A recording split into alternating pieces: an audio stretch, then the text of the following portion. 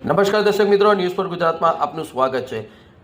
અમદાવાદના Vejalpur police station વિસ્તારની હદમાંથી Sonal cinema road Sonal police ચોકીની પાછળ આવેલા આઝાદ પાર્ક સોસાયટીની અંદર વેજલપુરની સર્વેલન્સની ટીમ દ્વારા રેડ કરવામાં આવી હતી। ત્યારે 10 મોબાઈલ 3 લેપટોપ સહિત 5 લોકોની અટકાયત કરવામાં આવી હતી અને જ્યારે પૂછપરછ કરવામાં આવી હતી ત્યારે ફેક કોલ સેન્ટર ચલાવવામાં આવી રહ્યું હતું। કોલ સેન્ટરની અંદર હજુ ઘણા પણ નામ ખુલવાની શક્યતા છે।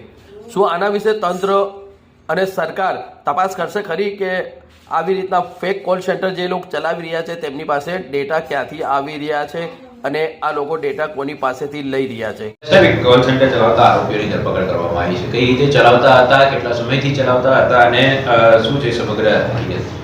અમે છે વેજલપુર પીઆઈ અને એના સ્ટાફને સફળતા મળી છે। આ બાબતે તેઓના ખાનગી માહિતીથી એમણે શોધી કાઢ્યું એક કોલ સેન્ટર ચાલતું હતું જુહાપુરાની અંદર।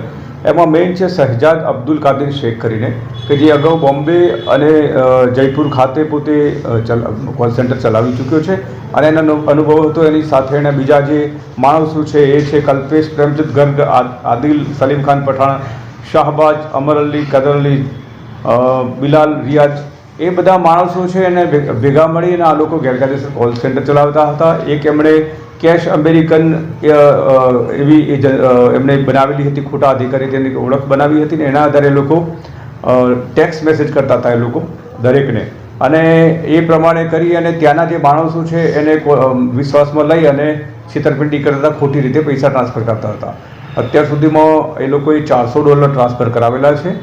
તપાસ હજી ચાલુ છે। બધું જેમ જેમ માહિતી મળશે તે રીતે આગળ કાર્યવાહી કરવામાં આવશે।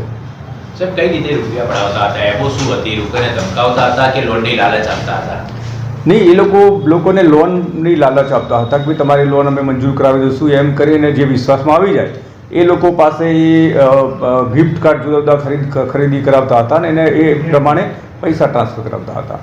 સાહેબ, માસ્ટરમાઇન્ડ કોણ છે? કેટલા સમયથી ચલાવતા હતા? આ જે પ્રાથમિક તપાસ મળી એ પ્રમાણે મેઇન માસ્ટરમાઇન્ડ શહેજાદ અબ્દુલ કાદિર શેખ છે, જે અગાઉ પણ કોલ સેન્ટર ચલાવી ચૂક્યો છે, એની પાસે અનુભવ છે અને લગભગ 20 દિવસથી ચલાવતા હોવાનું પ્રાથમિક તપાસમાં જાણ્યું છે।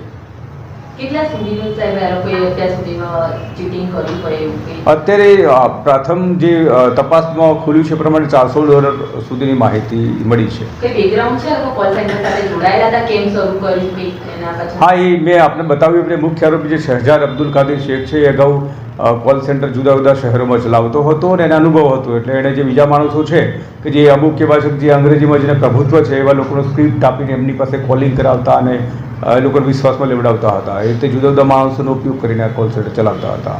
ઓકે, આરોપી ઉપર કોઈ અગાઉ ગુનો છે સાહેબ?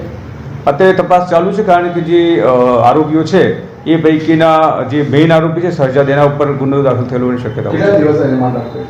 અત્યારે હાલ રિમાન્ડ ઉપર છે, 4 દિવસના રિમાન્ડ છે।